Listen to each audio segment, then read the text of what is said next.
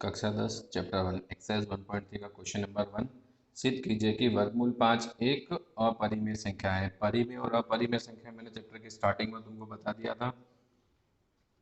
परिमेय से हमको अपरिमेय संख्या सिद्ध करना है तो हम लोग क्या करेंगे, इसका अपोजिट सपोज करेंगे कि एक वर्गमूल संख्या परिमेय संख्या है। तो लिख देंगे माना कि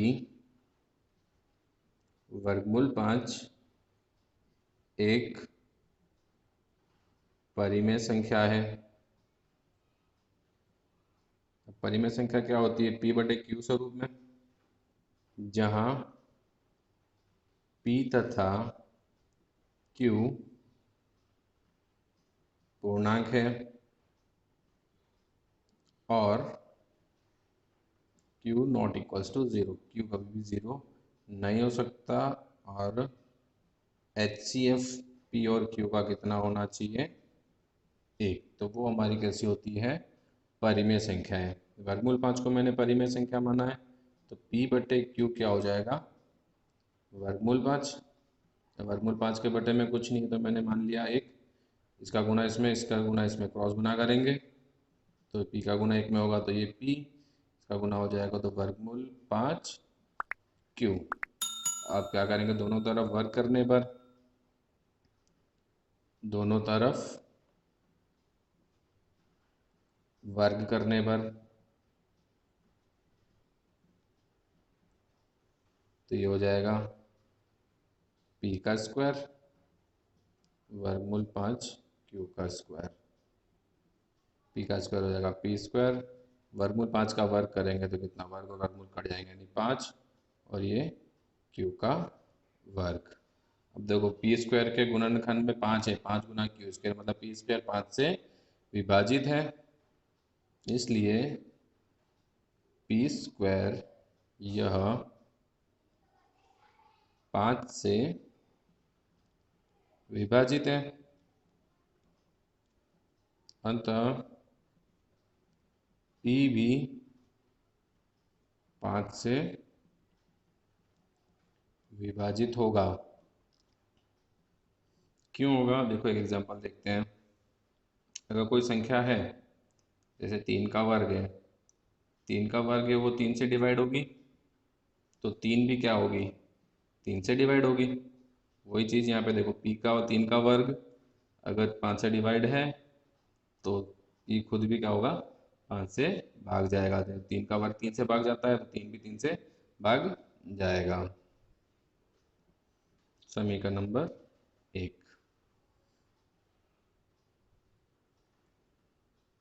अब क्या करेंगे,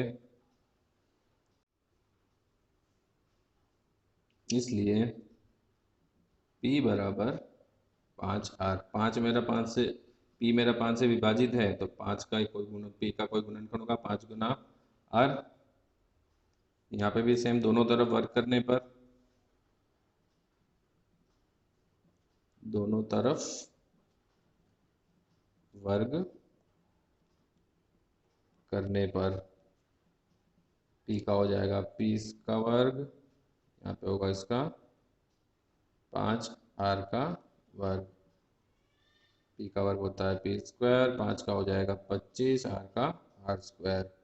अब हमें पता है, यहाँ पे देखो P square equals to 5Q square है, कीमत रख देंगे P square equals to 5Q square. P square की जगह रख दो 5Q का वर्ग बराबर 25 R का वर्ग। 5 इसके बटे में चला जाएगा, Q का वर्ग बराबर 25 R स्क्वायर बटे में 5, ये कट जाएगा, 5 एकम 5, 5 25, Q का वर्ग बराबर 5 R का वर्ग। अब देखो Q स्क्वायर में 5 का गुणनखंड है तो मैं क्या लिखूंगा कि Q स्क्वायर 5 से विभाजित है। Q स्क्वायर यह 5 से विभाजित है। Q स्क्वायर हमारा 5 से विभाजित है, अतः Q भी 5 से विभाजित होगा।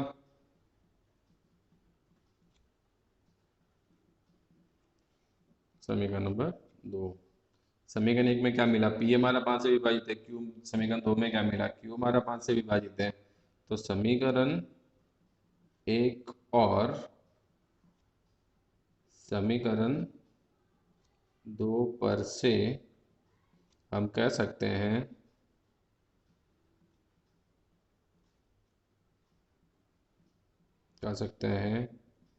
कि P तथा Q दोनों 5 से विभाजित है। दोनों 5 से विभाजित है, इसका क्या मतलब है, उनका HCF क्या होगा, 5। इसलिए HCF P और Q का कितना होगा, 5, जो कि नॉट इक्वल टू 1, 1 के बराबर होना चाहिए था, पर 1 नहीं मिला।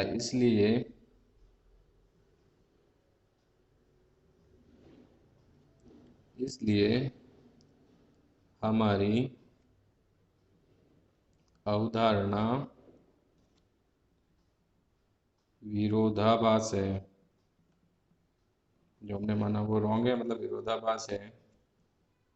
अतः वर्गमूल 5 यह अपरिमेय संख्या है। 1.2 का क्वेश्चन 2, सिद्ध कीजिए कि 3 + 2 वर्गमूल 5 यह अपरिमेय संख्या है। अपरिमेय सिद्ध करना, जैसे फर्स्ट क्वेश्चन में किया था, हम लोग क्या करेंगे, उसका ऑपोजिट, उसका विरोधी बात सपोज करेंगे, मान लेंगे कि वह एक परिमेय संख्या है। तो लिखेंगे, माना कि 3 + 2 वर्गमूल 5 परिमेय संख्या है, जहाँ P पूर्णांक, P तथा Q पूर्णांक है और Q नॉट इक्वल टू 0। इसलिए P और Q का HCF कितना होगा, 1।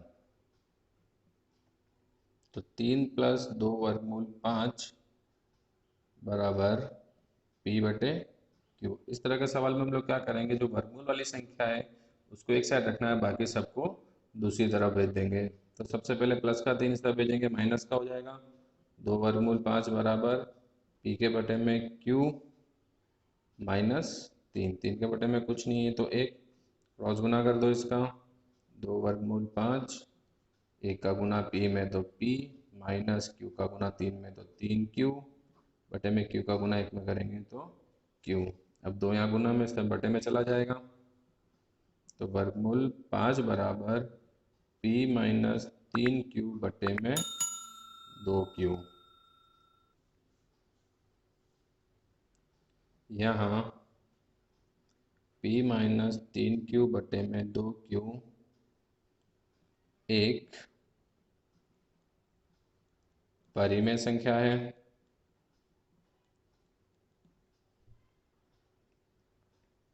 तथा हम जानते हैं कि वर्गमूल 5 एक अपरिमेय संख्या है, जैसे क्वेश्चन 1 में हमने सिद्ध किया था, अपरिमेय संख्या है। तो अपरिमेय संख्या परिमेय संख्या के बराबर नहीं हो सकती, इसलिए वर्गमूल 5 बराबर नहीं है P - 3Q 2Q, मतलब जो हमने माना था वो हमारा गलत है। अतः हमारी अवधारणा विरोधाभास है। अतः 3 + 2 वर्गमूल 5 एक अपरिमेय संख्या है। क्वेश्चन नंबर 3, सिद्ध कीजिए कि निम्नलिखित संख्याएं अपरिमेय संख्या है पहला हमको दिया 1/2, 1/√2, जैसा अभी तक किया था फिर उसको आप परिमेय संख्या मान लेंगे। माना कि 1/√2 एक परिमेय संख्या है, तो क्या हो जाएगा 1/2 बराबर P/Q, जहाँ P तथा Q पूर्णांक है, Q 0 के बराबर नहीं है, तथा HCF मेरा कितना होगा, P और Q का 1। इनका क्रॉस गुना हो जाएगा, इसका गुना इसमें, इसका गुना इसमें, तो Q बराबर √2 P, इसका गुना Q का गुना 1 में तो Q आएगा, √2 का गुना P में तो √2 P बटे में चला जाएगा, इसलिए Q के बटे में P बराबर √2, जैसे पहले लिखा था। यहाँ Q बटे P परिमेय संख्या है, जो हमने सपोज किया, जो हमने माना है, वह हम जानते हैं कि √2 अपरिमेय संख्या है,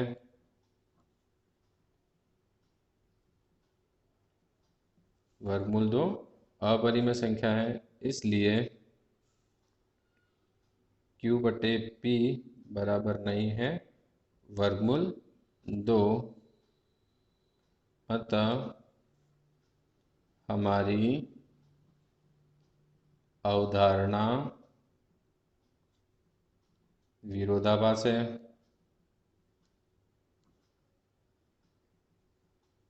इसलिए 1/√2 एक अपरिमेय संख्या है। उसी तरह का दूसरा सवाल है, कितना है, 7√5। जैसे इसमें किया वैसा इसको मान लेंगे कि ये हमारी परिमेय संख्या है। माना कि 7√5 एक परिमेय संख्या है, इसलिए 7√5 बराबर P/Q, जहाँ P तथा Q पूर्णांक है, वह Q not equals to 0, Q हमारा 0 नहीं है। √5 को अलग रखेंगे तो √5 बराबर हो जाएगा P के बटे में 7, इसके बटे में चला जाएगा 7Q, यहाँ P के बटे में 7Q, यह परिमेय संख्या है, जो हमने माना है, वह हम जानते हैं कि √5 यह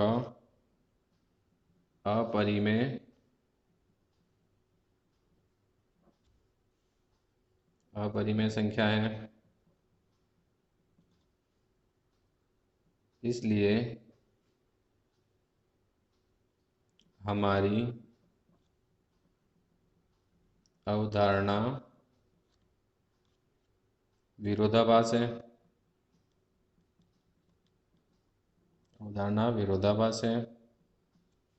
अतः 7√5 अपरिमेय संख्या है। उसी तरह का तीसरा सवाल हम करेंगे। तीसरे सवाल में हमको क्या दिया हुआ है, 6 + √2। जैसे ऊपर किया था वैसे उसको परिमेय संख्या मान लेंगे पहले। माना कि 6 + √2 परिमेय संख्या है, 6 प्लस वर्गमूल 2 बराबर हो जाएगा P बटे Q, जहाँ P तथा Q परिमेय संख्या है, सॉरी पूर्णांक है। P बटे Q पूर्णांक है, Q बराबर नहीं है 0। वर्गमूल 2 को अकेला रखेंगे, 6 को इससे बचेंगे माइनस का हो जाएगा, तो वर्गमूल 2 बराबर P बटे Q माइनस 6। इसके बटे में कुछ नहीं, तो एक क्रॉस गुना कर दो, P माइनस 6Q बटे में Q। P का गुना 1 में होगा, P 1 कम P, माइनस का माइनस, Q का गुना 6 में 6Q, ये Q का गुना 1 में तो Q आएगा। ऐसे ऊपर लिखा था। यहाँ P माइनस 6Q बटे Q परिमेय संख्या है, परिमेय संख्या है, वह हम जानते हैं कि वर्गमूल 2 अपरिमेय संख्या है, वर्गमूल 2 अपरिमेय संख्या है, इसलिए हमारी अवधारणा विरोधाभास है। इसलिए 6 प्लस वर्गमूल 2 अपरिमेय संख्या है,